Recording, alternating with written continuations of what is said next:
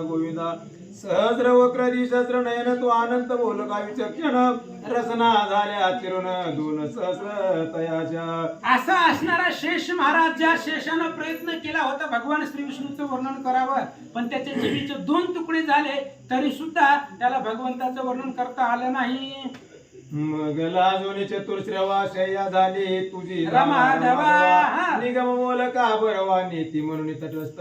म्हणून हे असणारा शेष लाजला गेला आणि तुमची शय्या झाला भगवंता. त्या शेषाला सुद्धा तुमचं वर्णन करता येत नाही. हजारो तोंड आहेत त्याला, त्याचे जिभेचे तुकडे झाले तरी सुद्धा वर्णन करता आलं नाही. लाजला आणि तुमचं आसन होऊन त्या ठिकाणी बसला गेला. व्यास वाल्मिकीच्या केल्या गती तटस्थ राहिला बृहस्पती. पंचाननाची कुंठित मती गुण तुझे वर्णावया. भगवंत व्यास वाल्मिकांच्या गती मती शिंद्या गेल्या. बृहस्पती देवांचा गुरु बृहस्पती तटस्थ राहिला गेला.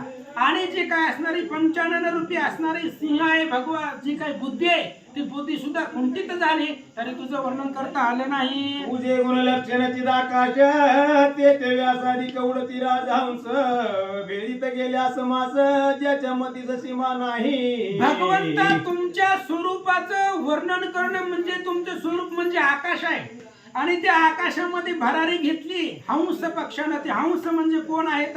व्यास माले वाल्मिक रूपी हंस. त्यांनी असणारी भरारी तुमच्या स्वरूप रूपी आकाशामध्ये घेतली. भेदीत भेदीत उंच गेलं तरी स्वरूपाचा अंत लागला नाही. त्यांच्या पाठीमागे शलभ भेदीत गेले जिनभ त्यांची गतीने ठाके स्वयंभ परी आत्मशक्ती उडावे. आणि त्यांच्या सुद्धा पाठीमाग आकाश भेदीत गेले. व्यास वाल्मिक रूपी हंस पक्षी तुमच्या स्वरूपरूपी आकाश भेदीत गेले तरी सुद्धा तुमच्या असणारा त्या ठिकाणी स्वरूपाचा अंत लागला नाही असं सांगतात.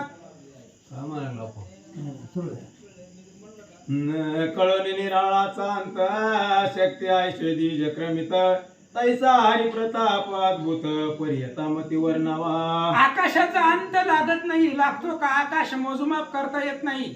तशा पद्धतीने तुमच्या स्वरूपाचा अंत लागत नाही. पण हरी प्रताप अद्भुत आहे. तुमचा प्रताप एवढा अद्भुत आहे तरी सुद्धा आज जसं बुद्धी मिळेल तेव्हा जसं बुद्धीला चालना मिळेल त्या पद्धतीने वर्णन करण्याचा प्रयत्न करतो. रूपे अर्गजांचे ग्रह केले दुर्बळे मृतिकेचे रचिले वरिसावलीचे सुकन्युने आगळे नसेची जैसे सर्वथा. म्हणून श्रीहरीचे गुण वर्णावे सांडून अभिमान आता जे पूर्वानुसंधान पूर्वाध्यायी काय झाले ऐका. भगवंताच्या श्रीहरीच्या गुणाचं वर्णन करता येत नाही. अभिमान सोडून द्यावा लागतो. आणि असं म्हणले आता पाठीमागच्या अध्यायामध्ये पहिला अध्याय आपण ऐकला.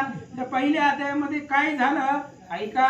पृथ्वी प्रजा ऋषी जन कमलोद्भवासे आले शरण आक्रोशे करीती रुदन पिले जाण दैत्यानी. पृथ्वी वत्सरूपी पृथ्वी प्रजा आणि असणारे सगळे देवलोक ब्रह्मदेवाला शरण आले. ब्रह्मदेवा पुढे रुदन करू लागले. ब्रह्मदेवाला सांगू लागले खूप दैत्याने त्रास दिलाय, आमचं संरक्षण करा. इंद्रादी देव प्रजा समजता सेवे घेऊन चालला विधाता जे ते असे आपुला जनिता किराब्दशाही सर्वेश. आणि अशा प्रकारे मग ज्या वेळेस इंद्रादिक देवलोक सगळे त्या ठिकाणी ब्रह्मदेवाकडे आले त्यावेळेस ब्रह्मदेवाने सांगितलं आपल्याला काही करता येत नाही, आपण काय करू, भगवान श्री विष्णूकडे वैकुंठाला जाऊ. म्हणून जाण्यासाठी निघाले. शिराब्दीचा महिमा देखता दृष्टी वर्णिता नसरे वर्षे कोटी येते सर्व समेत परमेष्ठी पहिलं तरी उभा ठाके. आणि अशा पद्धतीने मग सगळे जिथं आपला जनिता राहतो अशा प्रकारचा भगवान श्री विष्णू आणि ते असणारे विष्णूकडे सगळे असणारे इंद्रादी देव लोक ब्रह्मदेव त्या सर्वांना घेऊन निघाला. जिथं ब्रह्मदेवाचे वडील भगवान श्री विष्णू राहतात त्या क्षीरसागराकडे चालले. क्षीराब्दीचा महिमा देखता दृष्टी वर्णिता कोटी येते सर्व समवेत परमेष्ठी पहिलं तरी उभा ठाके. आणि ते असणाऱ्या क्षीरसागराचं वर्णन करता येत नाही.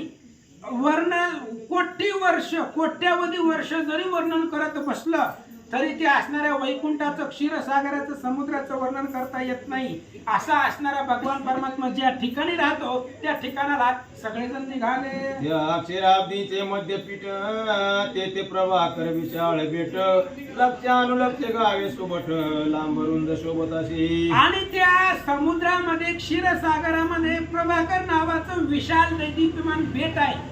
आणि त्या बेटाचं वर्णन जर करायचं म्हटलं त्याची लांबी रुंदी जर पाहिली गेली तर लक्षानुलक्ष गावं जेवढा आकार आहे तेवढा आकार त्या बेटाचा होता. ते निर्विकल्प वृक्ष लागले चिदाकाश भेदून गेले त्या छायेचे सुख आगळे शिववीरांची शी दुर्लभ. आणि त्या बेटावरती निर्विकल्प वृक्ष होते. निर्विकल्प रूपी वृक्ष आणि ते असणारे वृक्ष चिदाकाश भेदून गेलेले आहेत. आणि त्या असणाऱ्या झाडाचं सुख वीरांची आणि महादेव यांनाच प्राप्त होतं. निर्विकल्प झाडाच्या छायेखाली जे सुख आहे ते सुख सेवन करणारे ब्रह्मदेव महादेव आहेत असं सांगतात. दिव्य नवरत्ने विराजित मध्ये मंडप शोभिवंत लक्ष योजने लखलखीत होत प्रोत तुकाची. दिव्य अशा प्रकारचे नवरत्नांनी विराजमान केलेला दिव्य अशा प्रकारचा मंडप आहे. आणि तो मंडप शोभिवंत दिसतोय. त्या असणाऱ्या मंडपाला त्या ठिकाणी लखलखित शोभा आहे कारण रत्नांनी ते मडवलेलं आहे असं सांगतात. सूर्य प्रवेश आणि ती उणे ऐसे जेथे प्रभामय पाषाण गरुड पाचूंच्या ज्योती पूर्ण प्रभामय विराजती. आणि तिथं दगड आहे त्या वैकुंठामध्ये ते असणाऱ्या क्षीर समुद्रामध्ये. आणि ती दगड पाषाण सुद्धा सूर्याच्या प्रकाशाला ऊन आणतील कमीपणा आणतील तेवढे पाषाण तिथले चमकत होते. पद्मरागाचे तोळंबे स्वयंभवरी दिवे हिऱ्यांचे खांब खांबा. निळ्यांची उथाळी सुप्रभ उपमा नाही तयासी. पद्मरागाचे त्या ठिकाणी असणारे खांब होते. हिऱ्यांचे त्या ठिकाणी असणारे खांब शोभिवंत दिसत आहेत. उथाळी सूर्याची तेज असावं ते असणारे तेजाची उथाळी आहे. आणि हिऱ्यांचे असणारे त्याला झलक लावलेली आहे असं सांगतात. जे गजामुनद सुवर्ण त्याची तुळवटे लंबायमान आरक्त मानिकांचे दांडे जाण सरळ सुवाड पसरले शुद्ध पाचूंच्या किलच्यावरी आवेदे जोडील्या कळा कुसरी दिव्य मुक्तांचा पंकवरी अक्षय दृढ दडलाशी जैसे पंक्ती बैसले गवती तैशाचर्या समान झळकती नानाचे क्रेवपदेती दिव्य रत्नाने कपै मध्ये शिखरांचा जो कळस भेदून गेला महदाकाश सहस्र सूर्याचा प्रकाश एक सरा तळपत असे निळ्याच्या मर्दलसा जडित वरी मुक्तांचे राजहंस खेळत रत्न पुतळ्या आगात नाचत असंख्यात प्रभात्याची दाही अवतार मूर्तिमंत स्तंभाप्रती शोभले जडित त्रैलोक्य रचना समस्त प्रतिमा तेथे साजिल्या मंडपाचे अष्टकोनी ध्वज सहस्र विजायचे तेजपुंज तळपता तेने सतेज ब्रह्मांड समग्र झाले. अशा प्रकारे असणारे प्रत्येक खांबामध्ये भगवंताचे दाही अवतार मूर्तिमंत आहे. त्रैलोक्याची सगळी रचना त्या वैकुंठाला शोभिवंत दिसू लागलेले आहे. मंडपाच्या अष्टकोनाला अष्टध्वज उभारलेले आहेत. विजेसारखे ते असणारे ध्वज चमकतात तळपतात अशा प्रकारे संपूर्ण ब्रह्मांड त्या ठिकाणी असणारी चमकून दिसेल एवढं तेज त्या वैकुंठाचं होतं. अनंत ब्रह्मांडाच्या स्थिती गती रेखील अनंत मूर्ती अनंत शक्ती त्या मंडपाची पाहता स्थिती चंद्र सूर्य अनंत ब्रह्मांडाच्या स्थिती गती त्या असणाऱ्या वैकुंठामध्ये त्या ठिकाणी अनंत शक्ती अनंत मूर्ती आहेत. त्या मंडपाची स्थिती पाहताना सगळे आश्चर्यचकित झाले असं सांगतात. आईचा मंडप लक्ष योजने तितुकाची उंच रुंद चतुक्षण चिंतामणीची सोपाने पूर्ण चौकडे सत्य. अशा प्रकारचा लक्ष योजन मंडप आहे. तेवढाच उंच आहे तेवढाच रुंद आहे. आणि असा असणारा चिंतामणी नावाचे पाषाण खडे ते असणाऱ्या मंडपामध्ये दिसत होते. हयावरी जो तल्पक शुभ्र सतेज भोगी नायक जैसा रजाता अचल निष्कलंक संभाव्य पसरला. आणि त्याच्यावरती तल्पक म्हणजे असणारे आसन गादी म्हणजे तो शेष मूर्तिमंत होता. आणि ते शेषावरती तो असणारा भगवान परमात्मा आहे असं सांगतात. असंभाव्य ज्याचे शरीर मंचक योजनेसाठी सहस्र चतुष्कोन मावे परिकर निजांगी शेषाच्या. असंभ्य असणारं ज्याचं शरीर आहे तो असणारा शेष 60,000 योजन एवढा असणारा भव्य आणि दिव्य मंडप त्या शेषावरती आहे. तो शेष आहे चतुष्कोण आहे असं सांगतात. ठाई ठाई उषा बहुवस निजांगाच्या करी शेष सहस्रफणीची चित्रे विशेष प्रभान माये निराळे. भगवंताला झोपण्यासाठी शेषानं उषा आपले जे काय आपण उषाला घेतो ते असणाऱ्या वेगवेगळ्या ठिकाणी शेषानं भगवंतासाठी उषा निर्माण केलेल्या आहेत आणि आपल्या हजारो मुखाचं फणी म्हणजेच भगवंतावरती शेषानं छत्र धरलेलं आहे असं सांगतात. ऐसा शेष झाला पलंग वरी पौळला श्रीरंग. लक्षार योजने अव्यंग शेषशाही परमात्मा. असा असणारा शेष पलंग झाला, पलंग रूपी असणारा शेष आहे आणि त्या शेषावरती भगवान परमात्मा पौडलेला आहे, झोपलेला आहे. तर असा शेषशाही परमात्मा देव लोकांनी पाहिला. इंद्रनिळाचा मेरू पौळला की परब्रह्म रस होतीला भक्ताला की आकारला आणि लजिमूत वर्ण पै. आणि तशा प्रकारे असणारा प्रब्रह्मरूपी रस ओतलं की काय असा असणारा भगवान परमात्मा आहे. पण भक्ताला की तो साकार झालेला आहे, भक्तासाठी पृथ्वी तलावरती येऊन मानवाचा देह भगवंताने धरलेला आहे असं सांगतात. योजने 50 सहस्र सगुणलेला विग्रह श्रीधर श्रोते म्हणतील याशी आधार कोटी आहे सांग पा. आणि श्रीधर स्वामी सांगतायत, सांगू लागले शेषाचं वर्णन केलं. आता भगवान परमात्मा त्या शेषावरती झोपलेले आहेत आणि भगवान परमात्मा 50,000 योजन एवढं असणारं त्यांचं स्वरूप धारण केलेलं आहे असा असणारा भगवान परमात्मा आहे. श्रोत्यांनी विचारलं काय बी कसं सांगता तुम्ही जे बोलताव त्याला काय आधार आहे सांगा. एक बोली घेतो. हा बरं घ्या. तरी ब्रह्मांड पुराणीची कथा अवधारा नारदा गेला होता क्षीरसागरा तो पाहून आला सर्वेश्वरा भृगूची आश्रमाप्रती. आणि श्रोत्यांनी विचारलं भगवान परमात्मा एवढा मोठा आहे तुम्ही कशाच्या आधाराने सांगताव. त्यावेळेस श्रीधर स्वामी सांगतायत ब्रह्मांड पुराणामध्ये ती कथा आहे आणि एकदा नारद भगवंताकडे गेलेला होता आणि गेलेला असताना त्यावेळेस काय झालं होतं ही कथा ब्रह्मांड पुराणामधली मी तुम्हाला सांगतो. पण आता टाइम झालाय, उद्या ऐकू. मी यादव कुळी अवतार घेऊन करीन दुष्ट संहार तुम्ही देव समग्र यादव होऊन येईजे. आणि क्षीरसागराहून भगवंतांनी सांगितलं भिवू नका मी अवतार घेणार आहे यादव कुळामध्ये, पण नव्या एकल्याचा खेळ म्हणून मेळ जमविला. एकट्याला करणं होत नाही, कोणतंच कार्य एकट्याला शक्य होत नाही, म्हणून सगळ्यांची मिळीनं केलं पाहिजे. मी एकट्यानं अवतार घेऊन होत नाही, तुम्ही सगळे देव लोक या पृथ्वी तलावरती यादव या नावानं यादव कुळामध्ये तुम्ही अवतार घ्या, आम्ही अवतार घेऊन सगळं दैत्य मारू असं भगवंत सांगतात. आणि जे उपदेव सकळ त्याही गोकुळी व्हावे गोपाळ ऋषी वस्त व्हावे सकळ मी पाळून उद्धारे. आणि बाकीचे सगळे असणारे जे काय देव आहेत त्या देवाने यादव व्हायचं, जे काय ऋषी वृंद आहे त्या ऋषी वृंदाने गोपाळ व्हायचं, गायी व्हायच्या. मी त्या गायीचा प्रतिपाल करील आणि त्या ऋषीवर्यांचा उद्धार करील असं भगवंत बोलतात. धर्म समीर सहस्रनयन अश्विनी दैवे दोघे जण याही कुंती उदऱ्या उतरून भूभार हरण करावे. आणि सांगू लागलेले आहेत धर्म म्हणजे यम, समीर म्हणजे वारा, सहस्त्रनयन म्हणजे इंद्र, ह्यांनी असणारे अर्जुन भीम आणि धर्मराज असे अवतार घ्यायचे. आणि अश्विनी देव 2 आहेत आणि त्या अश्विनी देवाने लपून आणि सहदेव अशा प्रकारे कुंती उदरामध्ये जन्म घ्यायचा असं भगवंत बोलतात. बृहस्पतीने व्हावे दून देवे पांडवासी विद्यादान अग्नीने व्हावे दुष्ट धुम्न पांचाळाचे निजयागी. आणि देवगुरु जे काही बृहस्पती आहे त्या बृहस्पतींनी द्रोणाचार्य या नावाने पृथ्वी तलावरती अवतार घ्यायचा आणि पांडवांना विद्यादान त्या ठिकाणी द्यायचं. पुन्हा अग्नीनं अवतार घ्यायचा, जे काय असणारा द्रुपद राजा आहे त्या द्रुपद राजाच्या यज्ञामध्ये अग्निदेवानं दुष्टदुम्न म्हणून अवतार घ्यावा असं भगवंत सांगतात. कलह मागवावया आधी पार्वतीने व्हावे द्रौपदी लक्ष्मी रुक्मिणी त्रिशुद्धी वैदर्भ उदरे अवतार. आणि पुढे गोंधळ माजवण्यासाठी कलह भाऊभावामध्ये भांडण विघडण्यासाठी गोंधळ माजवण्यासाठी पार्वतीने व्हावे द्रौपदी. महादेवाची पत्नी असणारी पार्वती, त्या पार्वतीने द्रौपदी या नावानं पृथ्वी तलावरती अवतार घ्यायचा द्रौपद राजाच्या घरी. आणि माझी असणारी पत्नी जी काही लक्ष्मी आहे त्या लक्ष्मीने विदर्भ नगरामध्ये कौंडण्यपूर नावाचं गाव आहे.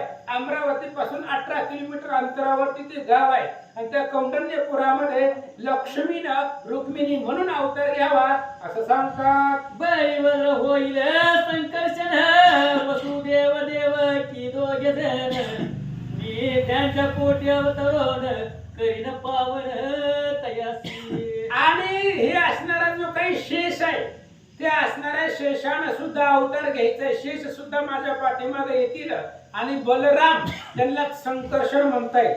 त्या बळीराम अवतार घेतील आणि मी वसुदेव आणि देवकी यांच्या पोटाला श्रीकृष्ण या नावाने अवतार घेईल असं भगवंत नियोजन पद्धतीने सांगू लागले. जे 3 जन्म पर्यंत त्याही तप केले बहुत ते फळाले समर्थ मी होईन सूत तयाचा. देवकी आणि वसुदेव यांनी 3 जन्मापर्यंत अद्भुत अशा प्रकारचं तप केलेलं आहे.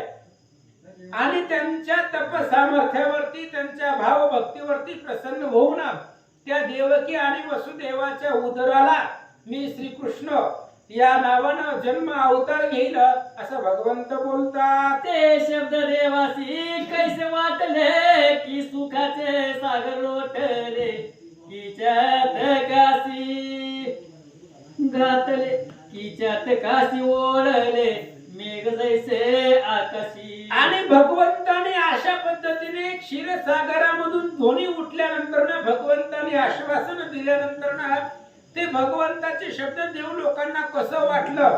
सुखाचा समुद्र असावं किंवा चातकासाठी पावसाचा वर्षाव व्हावा एवढा आनंद देव लोकांना भगवंताचं बोलणं ऐकून वाटला. जन्मवरी दरिद्र पिढीला त्यासी धनाचा लाभ पडला की मरे तयासी जोडला सुधा सिंधू अकस्मात.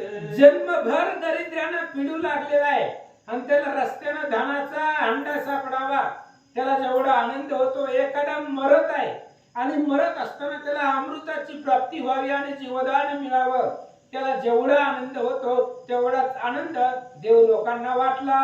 जननी चुकून गेली ती बाळकाशी जैसी भेटली की तृषा खांदे देखिली भागीरथी अकस्मात.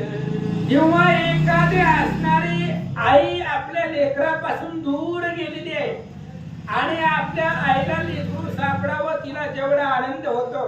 एखादा तृषाकांत झालेला आहे खूप तहान लागलेली आहे आणि तहानेच्या वेळेस त्याला समुद्र मिळावा त्याला जेवढा आनंद होतो तेवढाच आनंद देव लोकांना वाटला.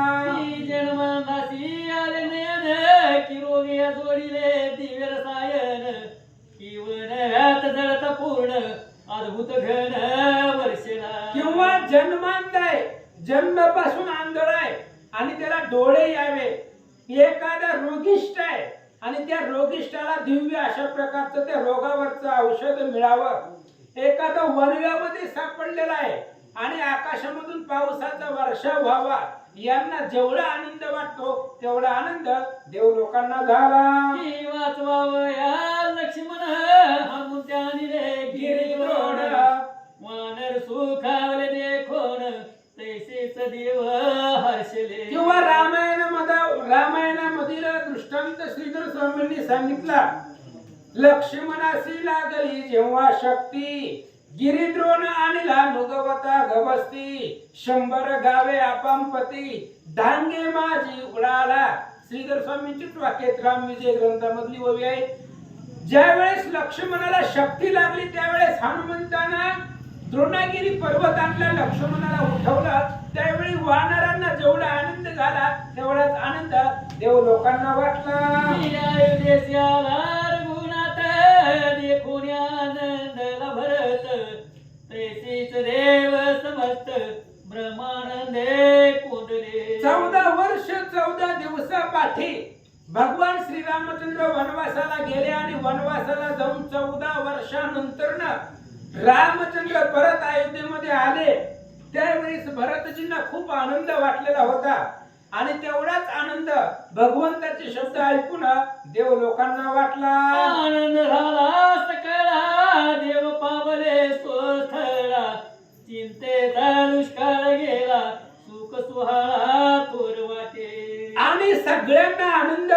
देव लोकांनी नाभिकार दिला, भेऊ नका, चिंता करू नका, असं भगवंताचं बोलणं ऐकलं. सगळ्यांना आनंद वाटला आणि आनंदानं आपापल्या स्वस्थानाला देवलोक निघून गेले. इकडे यदुवंशी शूरसेन त्यासी झाले पुत्र निधान. आनक आनक दुदंबी नाम पूर्ण वसुदेव तोची झालपण. आणि इकडं सुरसेन नावाचा राजा आहे आणि त्या सुरसेनाला पुत्र संतती झालं आणि ती जन्मल्यानंतर ना दुदुंबी वाजलेली होती स्वर्गामध्ये. म्हणून अनाक दुदुंबी त्या लेकराचं नाव ठेवलं आणि त्या अनाक दुदुंबीलाच वसुदेव असं म्हणतात, असं श्रीधर स्वामी सांगतात. वसुदेवाच्या जन्मकाळी देवी दुदंबी वाजली निराळी. हे जा निराळी आनक दुदुंबी नाम ते वेळी वसुदेवासी ठेविले. आणि वसुदेवाचं अनाक दुदुंबी नाव ठेवण्याचं काय कारण आहे आताच सांगून गेलो. ज्यावेळेस वसुदेवांचा जन्म झाला, देव स्वर्गातल्या देव लोकांनी दुदुंबी वाजवल्या. दुदुंबी वाद्य वाजवण्याचं एक वाद्य आहे आणि ते दुदुंबी वाजवल्यानंतर ना म्हणून अनाक दुदुंबी वसुदेवाला नाव ठेवलं गेलं असं सांगतात. दुदुंबी वाजवावयाचं कारण याचे पोटी वसुदेव आपण अवतरेल हे जाणून देवी दुदुंबी वाजविल्या. आणि दुदुंबी वाजवण्याचं काय कारण आहे? वसुदेवाचा जन्म झाल्यानंतर ना स्वर्गामध्ये एवढा आनंद होण्याचं काय कारण आहे? कारण देव लोकांना माहिती आहे वसुदेवाच्या पोटी वासुदेव जन्म घेणार आहे. अखिल कोटी ब्रह्मांडाचा नायक भगवान श्री विष्णू या वसुदेवाच्या पोटाला येतील म्हणून त्याचा आज दुदुंबी वाजवल्या असं सांगतात. याचे उदरी अवतरेल वासुदेव म्हणून नाव ठेविले वसुदेव. त्याचा आरंभील विवाह मथुरे माझी गजरेसी. आणि या वसुदेवाच्या पोटी वासुदेव भगवान श्री विष्णू अवताराला येतील, जन्माला येतील म्हणून त्या अनाक दुदुंबीचं नाव वसुदेव ठेवलं गेलं. असं म्हणले त्या वसुदेवाचा लग्न सोहळा मथुरेमध्ये उग्रसेनाची मुलगी देवकी हिच्या बरोबर मांडला. उग्रसेन मथुरानाथ कौस दुरात्मा त्याचा सूत परी ते पित्र रेत नव्हे निश्चित अन्य विरी मिसळले. आणि इकडे असणारा उग्रसेन राजा आहे आणि त्या उग्रसेन राजाला कंस नावाचा दुष्ट मुलगा होता पण ती वसुदेवाचा उग्रसेनाचा तो नव्हता असं सांगतात. उग्रसेनाची स्त्री पतिव्रता परमसात्विक सुची स्मिता एक दैत्याला वचिता तेने उचलून ते नेली. आणि हे दुष्ट कंस कसं जन्मला? कारण वसुदेव उग्रसेन राजा धार्मिक होता. मग उग्रसेनाच्या पोटाला हे दुष्ट येण्याचं काही कारण आहे? तर उग्रसेनाची पत्नी तिला एक दुष्ट असणारा राक्षस त्या पत्नीला हिरावून पळवून घेऊन गेला होता असं सांगतात. अरण्यात नेऊन बरे सती होगी चांडाळे मग दैत्य म्हणे ते वेळे पुत्र तुझ होईल. आणि उग्रसेनेच्या पत्नीचं हरण एका दैत्यानं केलं अरण्यामध्ये की नेला, तिचा उपभोग घेतला आणि त्यावेळेस ते असणाऱ्या दैत्याने सांगितलं की तुला एक पुत्र संतती होईल असं सांगतात. मग सती काय बोले तुझा पुत्र जो का होईल त्याची श्रीकृष्ण वधील आपटोनी क्षण मात्रे. आणि त्या सतीने सांगितलं तू माझं हरण करून मला या अरण्यामध्ये घेऊन आलेला आहे आणि तुझ्यापासून जो मुलगा होईल त्या मुलाला भगवान श्री कृष्ण त्रैलोक्याचा स्वामी त्याला आपटून मारील असा शाप स्वतःच्याच पुत्राबद्दल त्या उग्रसेनाच्या पत्नीनं दिला म्हणतात. सतीने कोणी क्रोधायमान दैत्य पळता कोण त्यावरी कंस दुर्जन पुत्र झाला तोची पै. आणि ती असणारी सती रागवली. उग्रसेनाची पत्नी सत्य पतिव्रता होती. रागवली अधिक पतिव्रतेच्या सामर्थ्यावरती जाळून भस्म करील या भीतीनं तो राक्षस पळून गेला आणि त्यानंतर ना पुन्हा त्या असणाऱ्या उग्रसेनेला तिला कंस नावाचा दुष्ट मुलगा जन्माला आला. सदा पितया द्वेषी द्वेषी देखो न शक्य मातेसी यादवासी उपहासी संगतीसी राहोने दी. आणि ते कंस जन्माला आलं, पुत्र द्वेष, पिता द्वेष करायचा, आपल्या वडिलांचा उग्रसेनेचा तिरस्कार करायचा, आईचं तोंड कधी पाहत नव्हता, आई वडिलांना त्रास देत होता, यादवांचा उपहास करत होता, आपल्या सोबतीला संगतीला कुणाला येऊ देत नव्हता, असा दुष्ट कंस जन्माला. बापासी मागे लोटून सोयीचे राज्य करे आपण विष्णू भक्त गाई ब्राह्मण त्यासी आणून जीवे मारी. आणि ही कंस काय करत होता, आपल्या बापाला राजगादीवरनं हाकललं, काढलं आणि बळतच बापाची राजगादी घेतली आणि आपण मथुरेचा राजा झाला.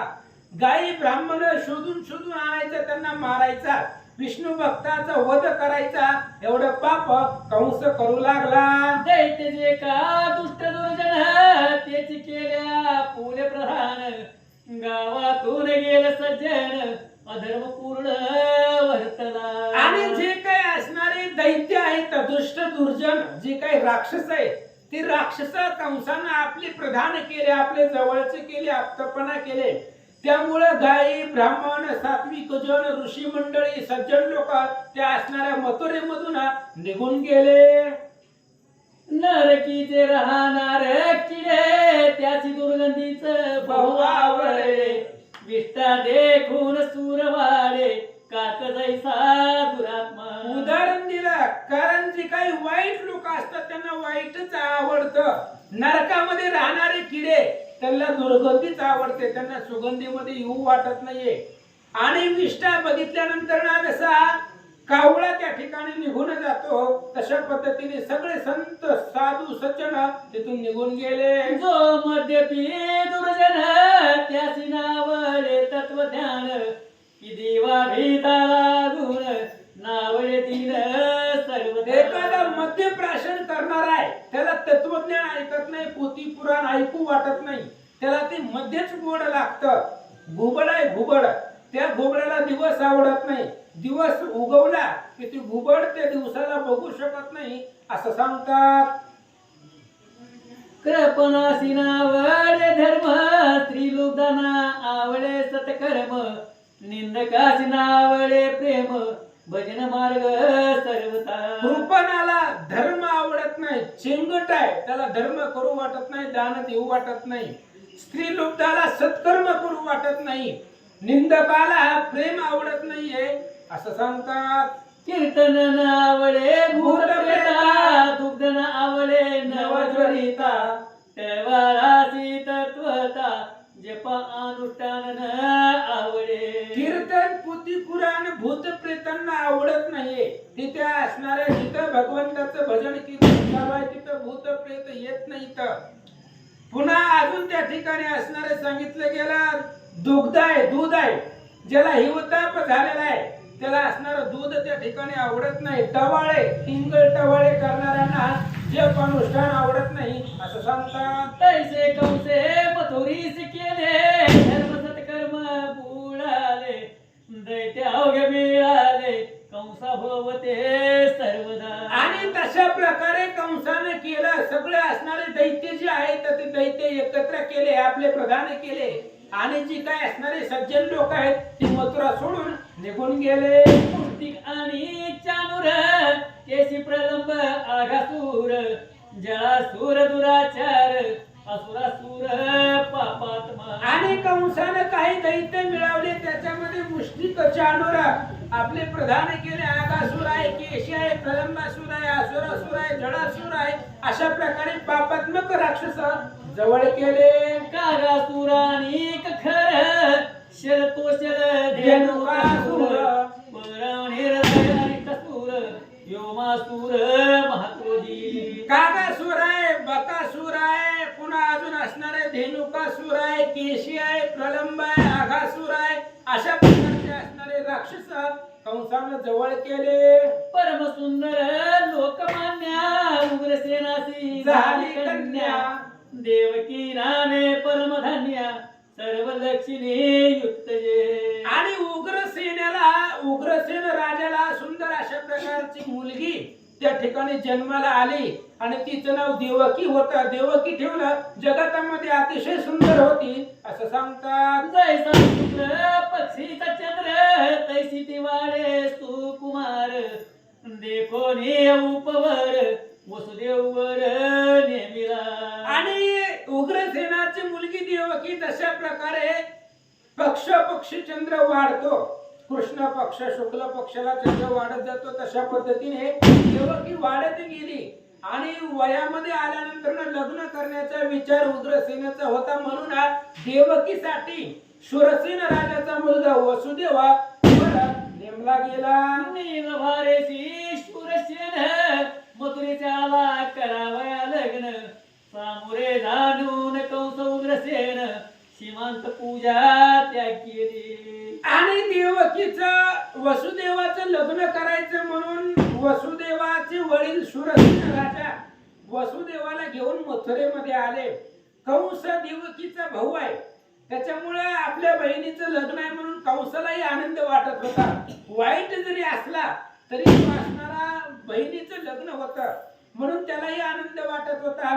आणि वसुदेवाला पुढे गेला, मंडपामध्ये आणलं. देवक प्रतिष्ठा वगैरे सगळे कार्यक्रम उरकले गेले. परम सुंदर वसुदेवावर पुढे भेरी धडकली चंद्रनान थोर मूक डोळ्याचे गंभीर मृदंग वाद्ये गरजती. अतिशय सुंदर असणारा मुखचंद्र देवकीचा होता. आणि त्या असणाऱ्या देवकीचा स्वरूप पाहून त्या ठिकाणी अनेक प्रकारचे वाद्य ते असणारे वाजवलेले आहेत असं सांगतात. मुख वायूचे लागे तबळ सनय गरजती साळ झलरी टाळ घोड पणव ढोल गरजती. आणि मग देवकीच्या लग्नामध्ये वाजंत्री आणलेले होते. सनया पिपाणी वाजवतात, मुखामधून वारा सोडतात आणि त्या सनयमधून मंजूळ अशा प्रकारचा ध्वनी बाहेर पडतो. अशा प्रकारचं वाद्य लग्नामध्ये वाजवू लागले. तंत वितंत घन सुस्वर चतुर्विद्या वाद्यांचा गजर लोक पहावय येती समग्र वसुदेवर कैसा हे. आणि चतुर्विध वाद्य आहेत. 4 प्रकारचं वाद्य लग्नामध्ये वाजवण्यासाठी आणलेलं आहे. तंत वितंत सुस्वर अशा प्रकारचं वाद्य वाजत आहे. मग आता वसुदेव वर आहे, नवरा आहे आणि तो नवरा देवकीचा पती कसा असेल हे बघण्यासाठी अनेक लोक त्या ठिकाणी येऊ लागले. जानवशासी घर दिले मी चाळ सुंदर देवक प्रतिष्ठा करुणे सत्वर लग्न घटिका घातली. आणि मग लगेच असणारे जे काही नवरदेवाचं वरण आलेलं होतं त्यांना जानवश शेजारी एक असणार राहण्यासाठी एक खोली दिलेली होती. आणि लगेच सगळे असणारे त्या ठिकाणी उपकरत लग्न घटिका जवळ आली. मिळवतानी वसुदेव अंबरी हर्षले सकळ देव याच्या पोटी अवतरेल वासुदेव सत्य शब्द हा एक. लग्न लागतच नाही की लग्न कुठं लागतं नाही का उद्या म्हणजे भरवाचं परत जाऊ होईल मिळवत आणि वासुदेव अंबरी हर्षले सकळ देव याच्या पोटी अवतरेल वासुदेव सत्य शब्द हा एक. वसुदेवाला मिरवत आणलेला होता.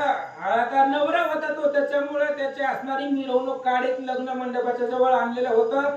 स्वर्गातले देव लोक हातामध्ये फुलं घेऊन तयार होते. त्यांना माहिती होता ह्या वसुदेवाचं देवकी बरोबर लग्न झालं की यांच्या पोटाला भगवान परमात्मा जन्माला अवतरित होणार आहे. म्हणून देव लोकांना आनंद वाटला.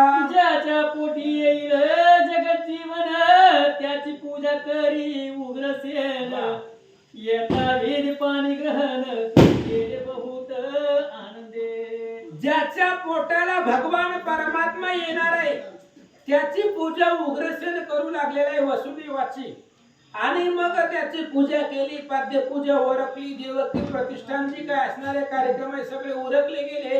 काय झालं ऐका. कोण सहस्त्र दासी आमदन दिले लक्ष एक वारण पवन वेग तुरुंग सहित आभारण 2 लक्ष दिधले. आणि उग्रसेन राजानं त्या ठिकाणी अनेक प्रकारचं दान धर्म केलेला आहे. अनेक प्रकारच्या दासी त्या ठिकाणी असणारे 2000 दासी अंधन दिलेले आहे. 1,00,000 हाती त्या ठिकाणी अंधन दिलेले आहे. पवनाच्या वेगाला पाठीमाग टाकणारे असणारे रथ, त्या रथाचे घोडे अंधन म्हणून दान धर्म करू लागले. निर्वावया दोघे वधूवरे भरत काढिली कंसासुरे रथावरी वैसविली होय आपण धुरे सारथी झाला. कंसालाही आनंद वाटत होता, बहिणीचं लग्न होतं. त्यामुळे कंसानं आपल्या रथामध्ये देवकी वसुदेवाला घेतलं आणि कंस स्वतः सारथी झाला बहिणीच्या लग्नामध्ये. आणि मग वसुदेव देवकीला घेऊन त्यांची मिरवणूक काढण्यासाठी कंस सारथी होऊन रथ चालवू लागला. होती वा त्यांचे गजर दारुणळ्यांचे भडीमार चंद्र ज्योती चंद्राकार तेज अंबर प्रकाशे. आणि कंस स्वतः रथ चालवायला बसलेला आहे. रथावरती देवकी आणि वसुदेव आहेत, त्यांच्यावरती छत्र धरलेलं आहे. पुढे वाजंत्री वाद्य वाजवत आहे. भयंकर अशा प्रकारच्या असणाऱ्या चंद्राची ज्योत असावी तशा पद्धतीने प्रकाशही पुढं त्यांना आकाश दुमदुमून दिसू लागलेलं आहे, असं वर्णन श्रीधर स्वामी सांगतात. आपण कंस झाला सारथी पुढे नेत्र पाणी लोकासी स्मरिती रथ चालवावया वाव करीती कंसाचे चित्ती सुख वाटे. कंसाला आनंद होता, लग्न बहिणीचं होतं. देवकीचं लग्न असल्यामुळे कंसाला आनंद वाटत होता. कंस स्वतः सारथी झाला, रथ चालवू लागला. पुढे असणारे रथाच्या पुढे मित्र पाणी होते, ते रथ चालवण्यासाठी जागा करू लागले. माणसांना सारून रथासाठी जागा रिकामी करून देऊ लागले, असं सांगतात. तो अकस्मात तये वेळी देववाणी गरजे निराळी लोक तटत सकाळी वाद्य राहिली वाजता. तेवढ्या वेळामध्ये कंस रथाचा सारथी झालेला आहे. रथावरती देवकी वसुदेव आहे. सगळे असणारे लोक रथाच्या भोवती अनेक प्रकारचे वाद्य वाजवतात.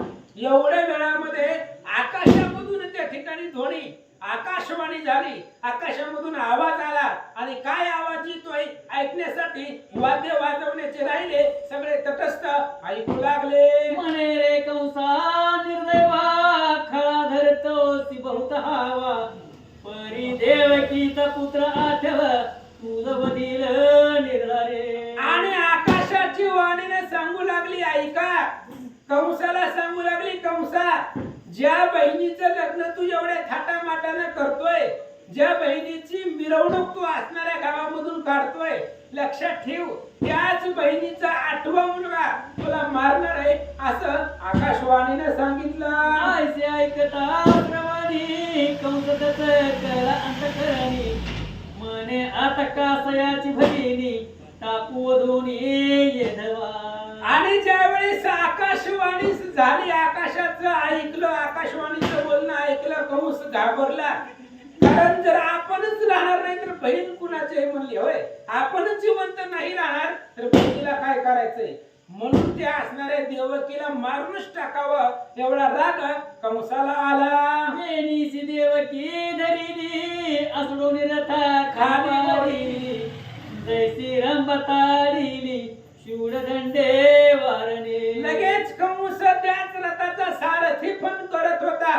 रथावरनं उठला, देवकीच्या केसाला धरलं वेणीला आणि तशीच देवकीला रथाच्या खाली ओढलं आणि कंबरेची तलवार कंसानं काढून हातामध्ये घेतले. कमळीनी सुकुमार धक्का लागता होय चूर की शिरस फूल अरुवार क्षण मात्रे कुचुंबे. आणि ती देवकी म्हणजे अतिशय सुकुमार होती, अतिशय असणारी सुंदर होती. एखाद्या कमळाच्या फुलाला धक्का लागल्याबरोबर ते कमळाचं फुल चुरून जातं. एखादं टवटवीत फुल असावं आणि ती फुल हाताने चुरगळल्यानंतर ना त्याचे तुकडे तुकडे होतात. तशा पद्धतीने निर्दयपणानं त्या देवकीला कंसानं वेणीला धरून खाली ओढलं. कंसे शस्त्र उपसिले देवकीच्या मानेवरी ठेविले करुणा स्वरते वेळी देवकी बोले बंधुशी. आणि कंसानं देवकीच्या केसाच्या वेणीला धरलं, रथाखाली ओढलं आणि तिच्या मानावरती कंसानं तलवार ठेवली. त्यावेळेस असणारे देवकीला खूप दुःख वाटू लागलं आणि आक्रोशामध्ये देवकी कंसाला काय बोलते? अरे तू कंसा माझा बंधू प्रसिद्ध, काय देखील असी सह्य अपराध, कारे करी तोस माझा वध, बंधुराया सुजाना.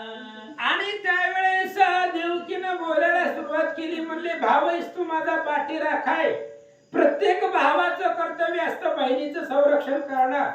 आणि मी तुझा काय अपराध पाहिलाय, काय अपराध माझा बघितला?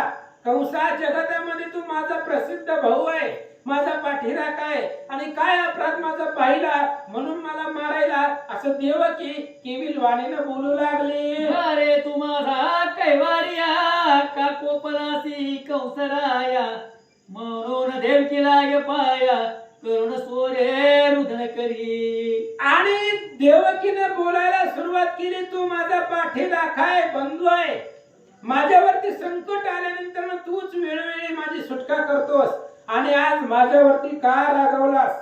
मला मारण्याचा विचार करतोय म्हणून वेळोवेळी प्रत्येक वेळी देवकी कंसाच्या पाया पडू लागले. ही सके धरिली जेवी गाय, कंठी सुरी गाली निर्दय, की व्याग्रे महापापी हरिणी ग्रीवे धरिली. देवकीला खूप दुःख वाटलं पण बळ चालत नव्हतं. एखाद्या हिंसकानं गायीला धरावं, तिच्या मानेवरती सुरी ठेवावी, त्या गायीचं काय चालतं? एखाद्या वाहकानं हरणीला पकडावं, त्या हरणीची ताकद चालत नाही. तसं कंसानं देवकीला धरलेलं होतं, तिच्या मानावरती तलवार ठेवली होती, त्यामुळे देवकीचं बळ कंसापुढे चालत नव्हतं. करुणा सोऱ्या करंदे सुंदर, परिण सोडीच दुराचार, विदेह कन्या नेता देश कंधर, न सोडी जायसा दुरात्मा. आणि केविल वाणीने देवकी बोलू लागली, आक्रोश करू लागली, रडू लागली. पण दुराचार असणारा कंस सोडत नव्हता.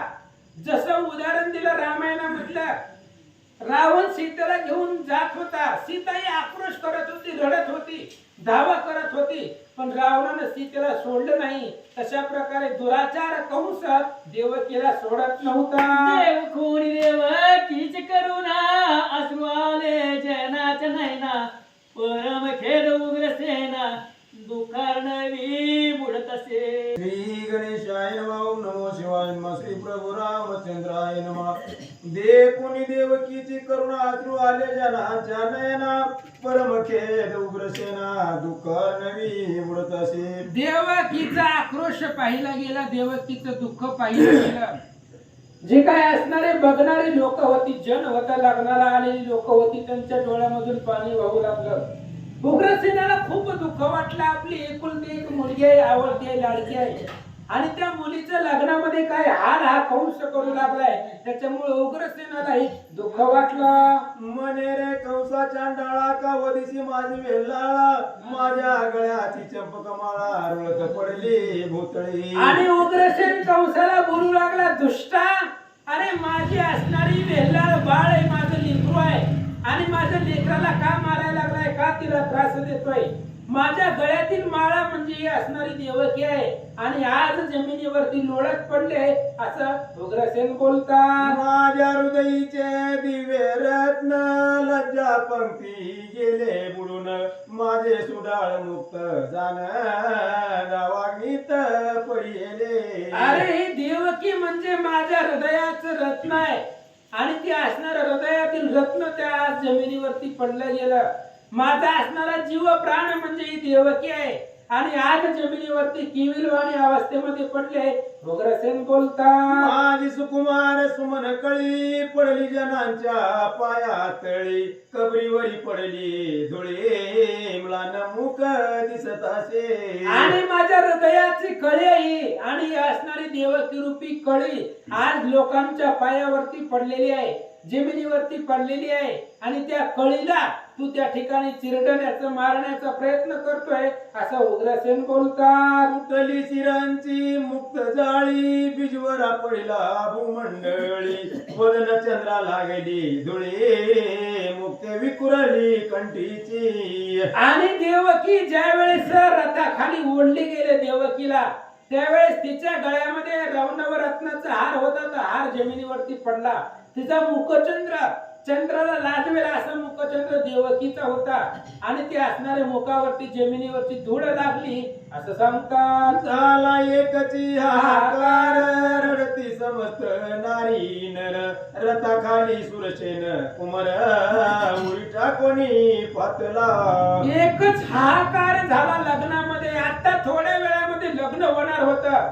वसुदेव देवकी खूप आनंदामध्ये होती, पण काळ कोणावरती कसा येईल आणि काय घडविल हे आपल्या हातामध्ये नाही, काळाच्या हात आहे. कारण सत्ता काळाची आहे, आपलं काय चालणार आहे. त्यामुळं लगेच असणारी देवकी जमिनीवरती पडल्यानंतर ना सगळ्या लोकांमध्ये हाहाकार निर्माण झाला. लोक दुःख करू लागले.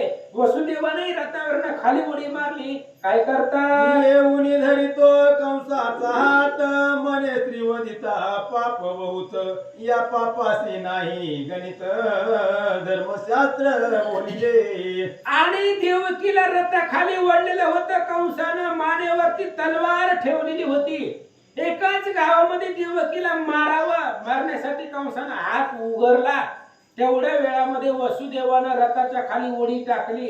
कंसाचा हात धरला आणि वसुदेवानं सांगितलं, कंसा, स्त्री मारणं महापातक आहे, स्त्री हत्येचं पाप अद्भुत आहे असं सांगू लागले. एक करत भरी वदिता किडे एक मेष वधाचे पाप घडे शतमेष मारिता पडे एक वृषभ हत्या पडी. आणि त्यांनी सांगितलं, एक रथ भरून किडे मारल्यानंतर ना एक मेंढी किंवा बकरा पशु मारण्याचं पाप लागतं आणि असे 100 बकरे मारल्यानंतर ना मेंढ्या मारल्यानंतर ना एक बैल मारण्याचं पाप त्याला लागलं जात.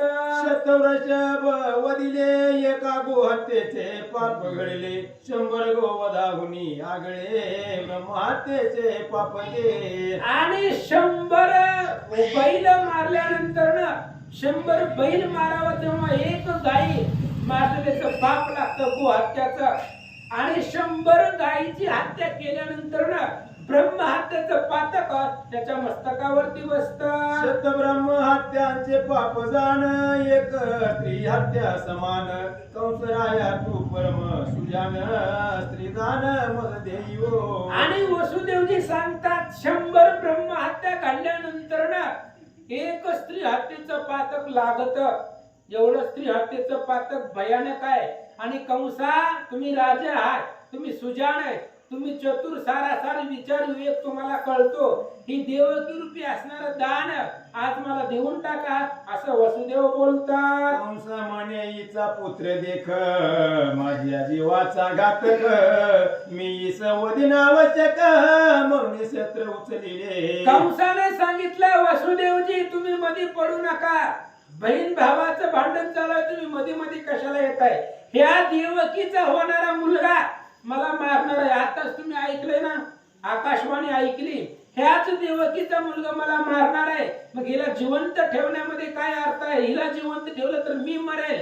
म्हणून त्या देवकीला मारण्यासाठी कंसानं शस्त्र उचललं. वसुदेव म्हणे घेई भाक जो मज सुत होईल देख तो तुझ मी देईन निशंक त्रिवाच्या सत्य पै. आणि वसुदेवानं लगेच कंसाला वचन दिलं, घे म्हणले, शब्द देतो तुला.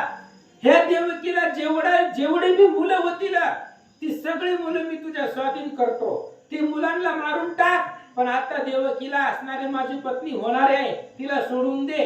हिच्या पोटी होणारी मुलं तुझ्या स्वाधीन करतो असं असणारं वचन वसुदेवानं दिलं.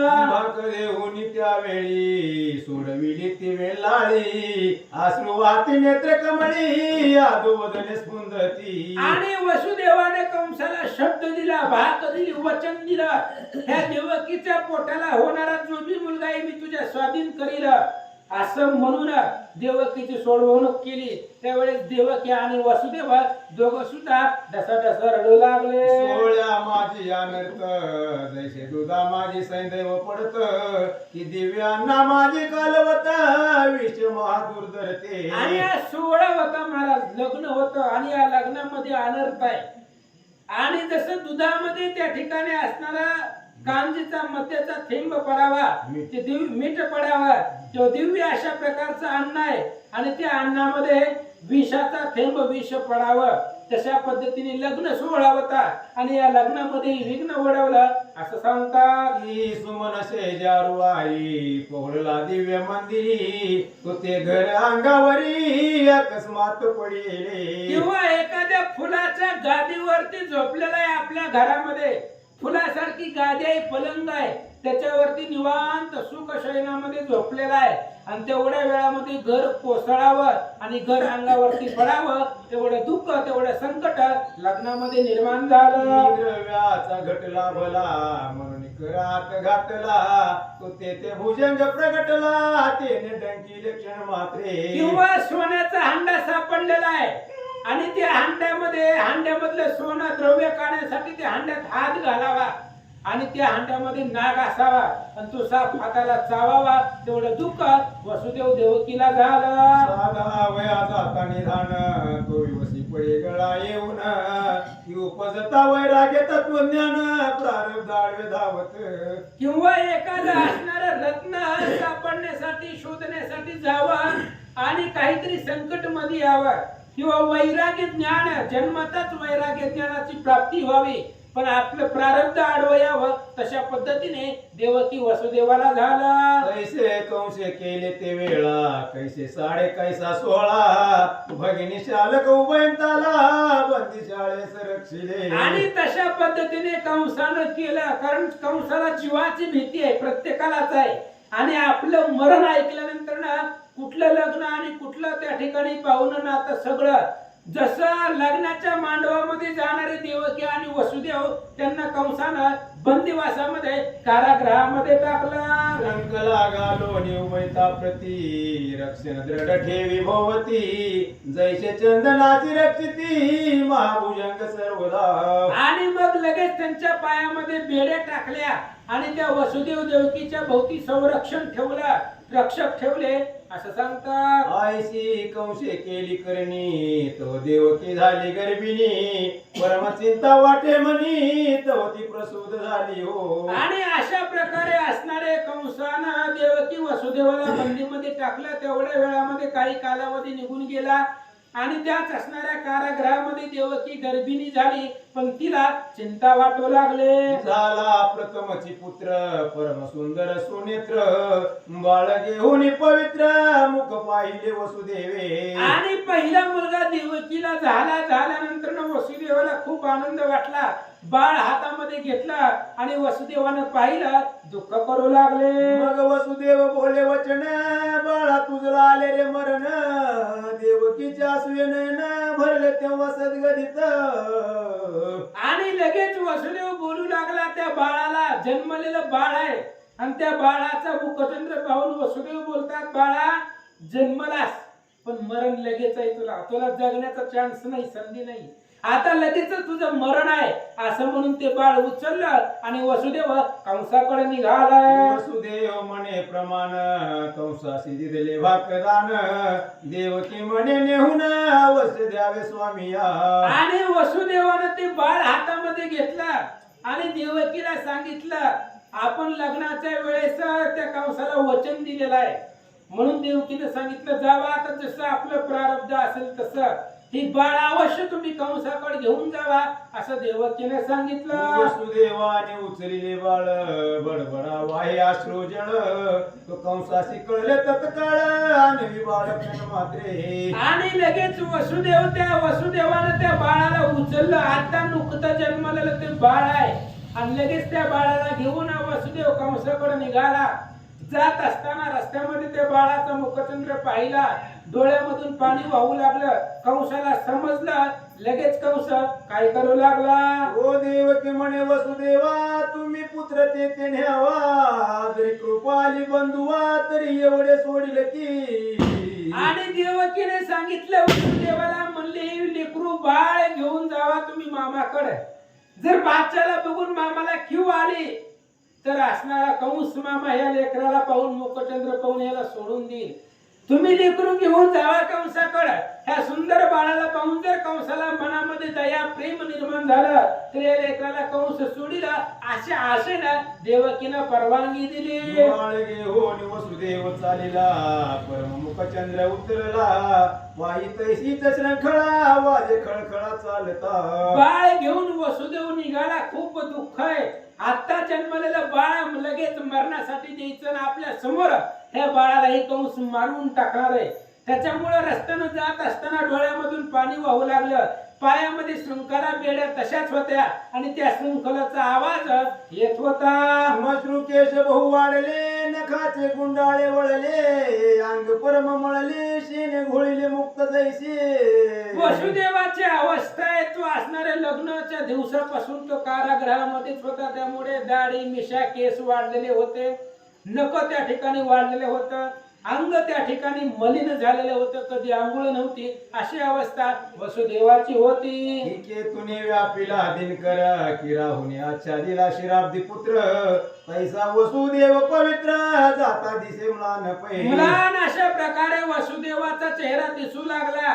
केतू ग्रह आहे आणि त्या केतून सूर्याला ग्रहणासाठी व्यापून टाकावं किंवा राहून त्या ठिकाणी चंद्राला चंद्रग्रहण राहू करायला यावा आणि राहून चंद्राला ग्रहण करावे तशा पद्धतीची कळा गेलेला वसुदेव दिसू लागले. मागे पुढे रक्षिती सेवक कंसापाशी आणले बालक राया पुढे ठेवले ते का शूरसेन सुते त्यावेळी. आणि वसुदेव कारागृहामधून कंसापर्यंत जात असताना वसुदेवाला संरक्षणासाठी रक्षणासाठी माग पुढे सेवक होते. बाळ घेऊन वसुदेव निघाला आहे आणि राज दरबारामध्ये आला आणि कंसाच्या हातामध्ये वसुदेवानं ते बाळ दिलं. बाळक सुंदर देखिला कंसाशी स्नेह दाटला मग प्रधानाशी ते वेळा काय बोलला कंस तो. आणि कंसानं बाळ पाहिलं. बहिणीचा मुलगा हातामध्ये कंसानं घेतला. सुंदर अशा प्रकारचं ते बाळ होतं आणि ती लेकरू पाहिलं. कंसाला प्रेम निर्माण झालं. स्नेह माया आणि कंसानं आपल्या प्रधानाला चालूर मुष्टिकाला बोलवलं आणि कंस प्रधानाला काय सांगतो. मने जो आठवा होईल सुता तोच आमचा शत्रू निश्चित हे कास यावधावे सात याचे यास असोत हे. आणि कंसानं आपल्या प्रधानाला बोलायला सुरुवात केली. आकाशाच्या वाणीनं काय सांगितलं होतं. देवकीचा 8वा मुलगा मारणार आहे. मग 7 बाळ कशाला मारायचं आपण आणि लांबची नाही आपल्या बहिणीची मुलं. त्याच्यामुळे आपल्याला 8वा जो जन्माला येणार आहे तो मारणार आहे. मग आपण डायरेक्ट 8वेलाच मारू. ही 7 लेकरं कशासाठी मारावी असं कंस बोलू लागला. कंस म्हणे वासुदेवा हा पुला तुम्ही बाळ न्यावा मुख्या मासे आठवा द्यावा तो मीच वदीन सुवासते. कंसानं ते बाळ घेतलं आणि वसुदेवाच्या हातामध्ये दिलं आणि वसुदेवाला सांगितलं वसुदेवजी ही बाळ लेकरू तुम्ही घेऊन जावा आणि ही 7च्या 7 लेकरं तुम्ही सांभाळा व्यवस्थित प्रतिपालन करा.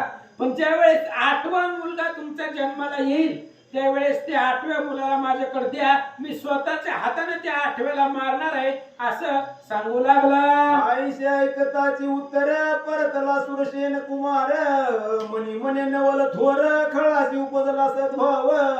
आणि अशा प्रकारचं कंसाचं बोलणं ऐकलं आणि वसुदेव पुन्हा कारागृहामध्ये देवकी पाशी गेले.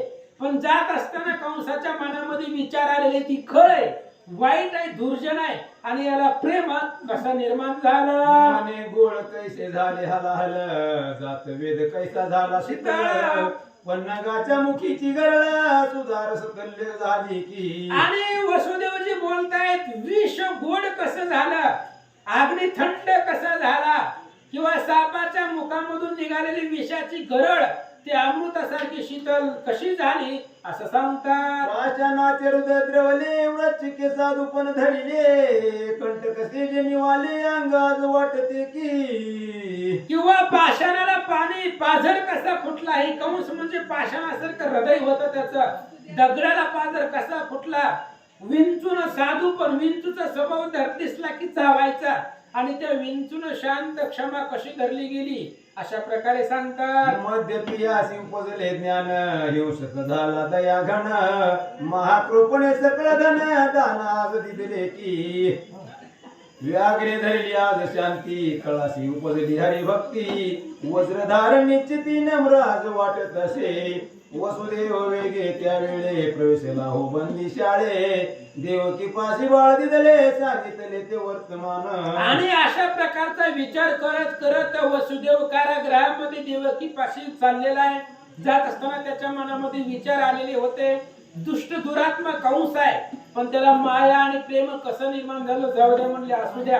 ती लेकरू घेतलं वसुदेवानं, देवकी पाशी आले आणि देवकीलाही आनंद वाटला. देवकीशी संतोष वाटला जैसा प्राण जाता परतला तो नारद ते वेळा येता झाला कंस सभेशी आणि देवकीला खूप आनंद वाटला. मरता मरता अमृत मिळावं, प्राण जाता जाता माघारी यावा, तेवढा आनंद देवकीला झालेला होता. असं म्हणले नारद महाराजांनी विना हातामध्ये घेतला, नारायण नारायण करीत कंसाच्या सभेमध्ये हजर झाले. नारदा ते कंसे पूजिले सकळ वर्तमान निवेदिले नारद मने भुलले चित्त का तुझे रे कंस राया. आणि नारद महाराज गेल्याबरोबर कंसानं नारदांची पूजा केली. कारण नारद महर्षी असे, नारदांचं वैरी जगामध्ये कोणीच नाही.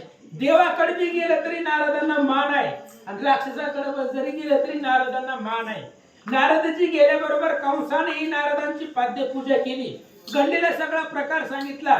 त्यावेळेस नारदांनी सांगितलं, कंसा एक सांगतो म्हणले, आई तू सोडिले वसुदेव सुता परी तुझा शत्रू कोणता आठापासून उपराटे गणिता तरी पहिलाच शत्रू तुझा की. आणि नारदांनी सांगितलं, कंसा असं का करायला लागला म्हणले, तुझ्या लक्षामध्ये येतंय का नाही, पहिला मुलगा आहे म्हणून तू सोडून दिला.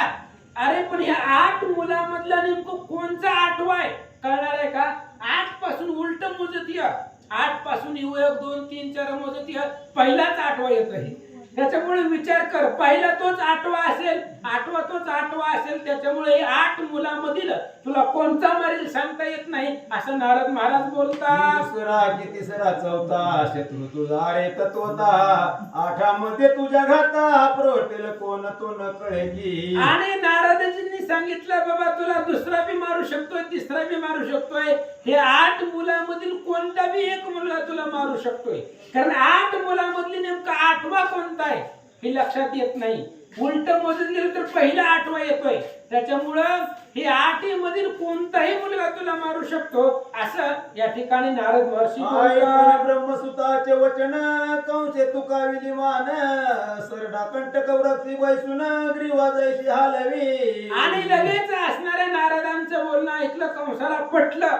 बरोबर आहे म्हणले, महाराजांचं बरोबर आहे, आपण खूप मोठी चुकी केली होती पहिल्या लेकराला सोडून, म्हणून कंस काय करू लागला. नारद हित शत्रू होय हित सांगवणे कर विक्षय बाळ हिंसा करिता पाहे अल्प आयुषी होईल तो. नारद हित शत्रू आहेत, कंसाच्या हिताचे शत्रू नारद आहे. नारदांना पाप करवायचंय कंसाच्या हातून, पापाचा घडा भरल्याशिवाय त्याचं मरण येणार नाही.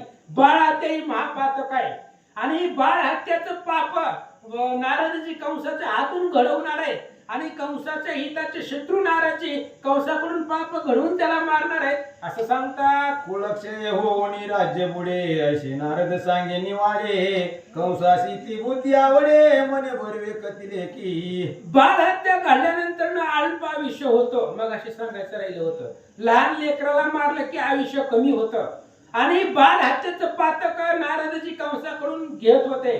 कुलक्षय त्या ठिकाणी करून घेणार होते. वेडी वाकडी बुद्धी सांगून कंसाच्या हातून पाप घडवायचं आणि पाप करून पुन्हा मग भगवंत कंसाला मारतील, अशा प्रकारची वेडी वाकडी बुद्धी नारदाजी सांगू लागले. कंस क्रोधे धावला बंदी शाळे माझे आला जैसा तस्कर संचरला धनाट्याचे निजग्रही. लगेच नारदाचं बोलणं ऐकलं, कंस उठला, तडा तडा पाय आदळीत आपली कारागृहामध्ये गेला. देवकीच्या मांडीवरचं बाळ त्यानं हातामध्ये घेतलं, जसं धनवानाच्या घरामध्ये चोर घुसावा तसा कंस बंदीशाळेमध्ये गेला. ही देव घरी यशवान की मुशक बिळी व्याळ दारुण की होम शाळे माझी मळीन अंत्य जैसा पातला. जसं बंदी शाळेमध्ये जसं त्या ठिकाणी असणारा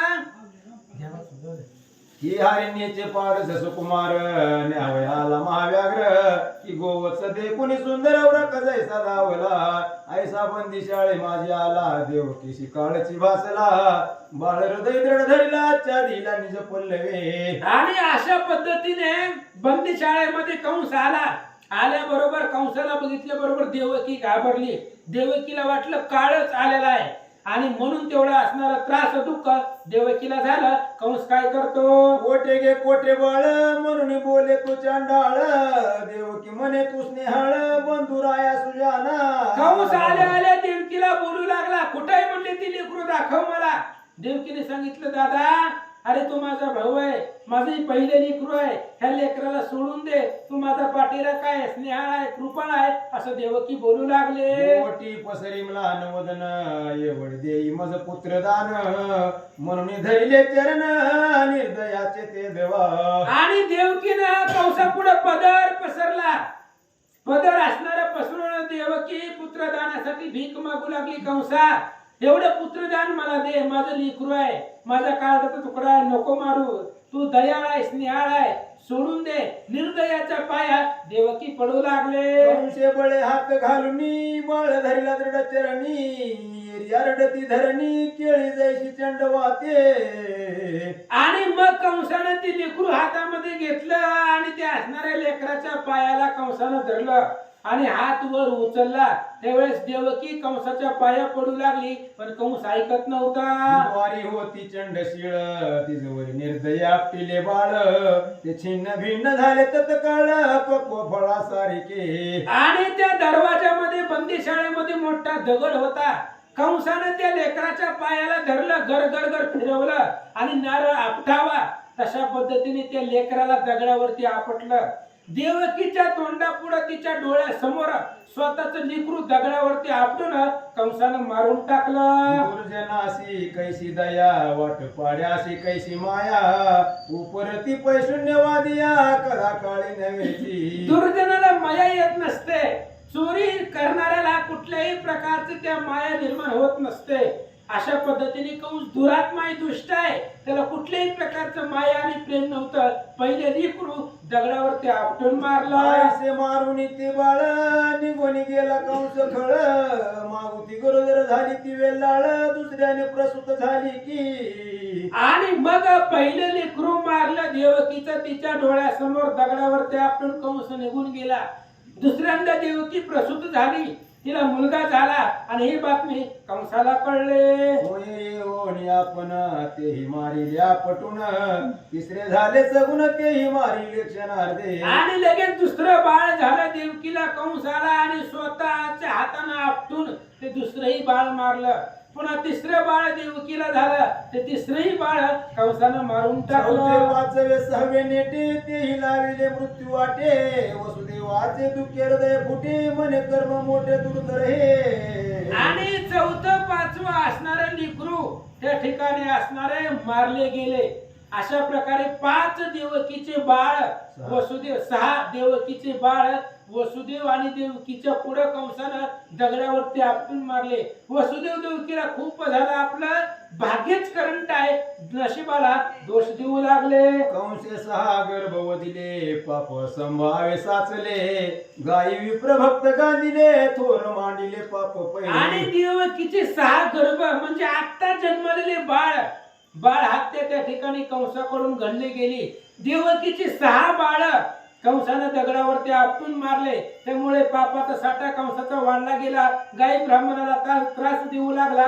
काय झालं? आता श्री हरी क्षीरसागरी यावरी कैसा विचार करी ती कथा कौतुक चतुरी विजय सादर होणिया. आता भगवान परमात्मा वैकुंठामध्ये दुधाच्या समुद्रामध्ये शेषाच्या पलंगावरती भगवान परमात्मा निद्रिस्त आहे आणि भगवान परमात्मा वैकुंठामध्ये काय विचार करतो ऐका. श्री कृष्ण कथा कमळ सुकुमार सज्जन श्रोते त्यावरी भ्रमर माझी पद्य रचना केसर अति सुवासे सेविजे. आणि श्रीकृष्ण कथा म्हणजे त्या ठिकाणी कमळ आहे, त्या कमळामध्ये भ्रमर भुंगा म्हणजे तुम्ही श्रोते सज्जन इथं आणि ही असणारी भगवंताचं चरित्र आहे. ऐका. ही कृष्ण कथा दुग्ध सुरस सज्जन तुम्ही राजहंस सेवा होऊन सावकाश निद्राळ सटरा कोणी. हे कृष्ण कथेरूपी दूध आहे आणि दूध कोणालाही प्यायला भेटत नाही. दूध पिण्यासाठी राजहंस असतात. त्यामुळे तुम्ही श्रोते सज्जन राजहंस आहे. कृष्णरूपी दूध, कृष्ण कथारूपी दुधाचा आनंद घेणारे तुम्ही राजहंस आहे. म्हणून पोतीला येण्यासाठी, कथेला येण्यासाठी आळस करू नका. उद्यापासून 8ला बरोबर हजर राहावा. ही कथा सुधारस सुंदर तुम्ही संत श्रोते निर्जर हे अमृत पान करिता दुर्धर जन्म मरण तुटेल पै. आणि कथा म्हणजे अमृत आहे, सुधारस आहे. आणि तुम्ही श्रोते म्हणजे निर्जर आहे, देव लोक आहे. आणि तुम्ही श्रोत्याने ही कथारूपी अमृत प्राशन केलं, जन्म आणि मरण संपेल. श्रीधर स्वामी सांगतात, वर्गीचे अमृत देव प्रासिती ते नाश पावती कल्पांती त्याशी आहे पुनरावृत्ती जन्म पंक्ती सुटे ना. अहो स्वर्गीचे देव लोक अमृत प्राशन करतात, पण अमृत प्राशन केल्यानंतर ना ते पुन्हा महागारी पृथ्वी तलावरती येतात, कारण त्यांचाही नाश आहे. जोपर्यंत पुण्य आहे तोपर्यंत ते अमृत प्राशन करून जगतात, पण पुण्य संपल्यावर पुन्हा त्यांना महागारी यावं लागतं. पण भगवंताची कथा विशेष त्या ठिकाणी असणार वास मुक्ती मिळवून देते असं सांगतात. तैसी नव्हे ही कथा पुनरावृत्ती नाही कल्पांता ब्रह्मानंद पद येई हाता ते तिच्या अर्था पाहता हो. आणि ही असणारी कथा, ही कथा अशी आहे, ही कथा रूपी अमृत सेवन केलं की नामा म्हणे देवा चला तया ठाया विश्रांती घ्यावया कल्पवरी. त्या ठिकाणी चला जिथून कधीच माघारी येत नाही. अशा प्रकारचं ठिकाण म्हणजे ही कथा अमृत आहे. ही कथा रूपी अमृत सेवन केलं की ब्रह्मपद हाताला येतं असं श्रीधर स्वामी सांगतात. ब्रह्मानंद कृपेच्या बळे हे ग्रंथ जहाज चाले भक्तीचे सीडवर लाविले दयावा ते फडकत असे. आणि ब्रह्मानंद कृपेच्या बळाने ग्रंथ रूपी असणारी जहाज ह्या भव समुद्राच्या नौकेमधून, भव समुद्रामधून ग्रंथरूपी जहाज चालते, त्याच्यावरती बसून आनंद घ्या. ब्रह्मानंद रूप साचर तुम्ही संत श्रोते निर्धार वारंवार श्रीधर चरण वंदी प्रीतीने. आणि ब्रह्मानंद रूप असणारे श्रीधर स्वामी तुम्ही असणारे श्रोते आहात. आणि श्रोते माई बापांना वारंवार श्रीधर स्वामी हात जोडून सांगतात ही कथा सुंदर आहे, याचा आनंद तुम्ही त्या ठिकाणी घ्या. या अध्यायाचे अनुसंधान वसुदेवाचे झाले लग्न कंसे येऊन आपण बाळे मारिली साही. आणि या अध्यायामध्ये आपण काय ऐकलं माहिती पाहिजे. 8 वाजल्यापासून आपण कथा ऐकतोय, 1.5 तास झालं. आळस निद्रा सोडून आपण कथेचा आस्वाद घेतोय. काय झालं या अध्यायामध्ये? वसुदेव आणि देवकीचं लग्नामध्ये विघ्न आलं, आकाशाची वाणी झाली, देवकीला मुलं झाली आणि ते साई बाळ कंसानं मारून टाकली. एवढी कथा इथपर्यंत आली. इति श्री हरिविजय ग्रंथ संबंध हरिवंश भागवत चतुर परिशोत संत द्वितीय अध्याय गोळा श्री कृष्ण अर्पणमस्तु शुभम भवतु. कुंडलिक वधारी विठ्ठल श्री ज्ञानदेव तुकाराम पंढरीनाथ भगवान की जय. प्रभु श्री रामचंद्र भगवान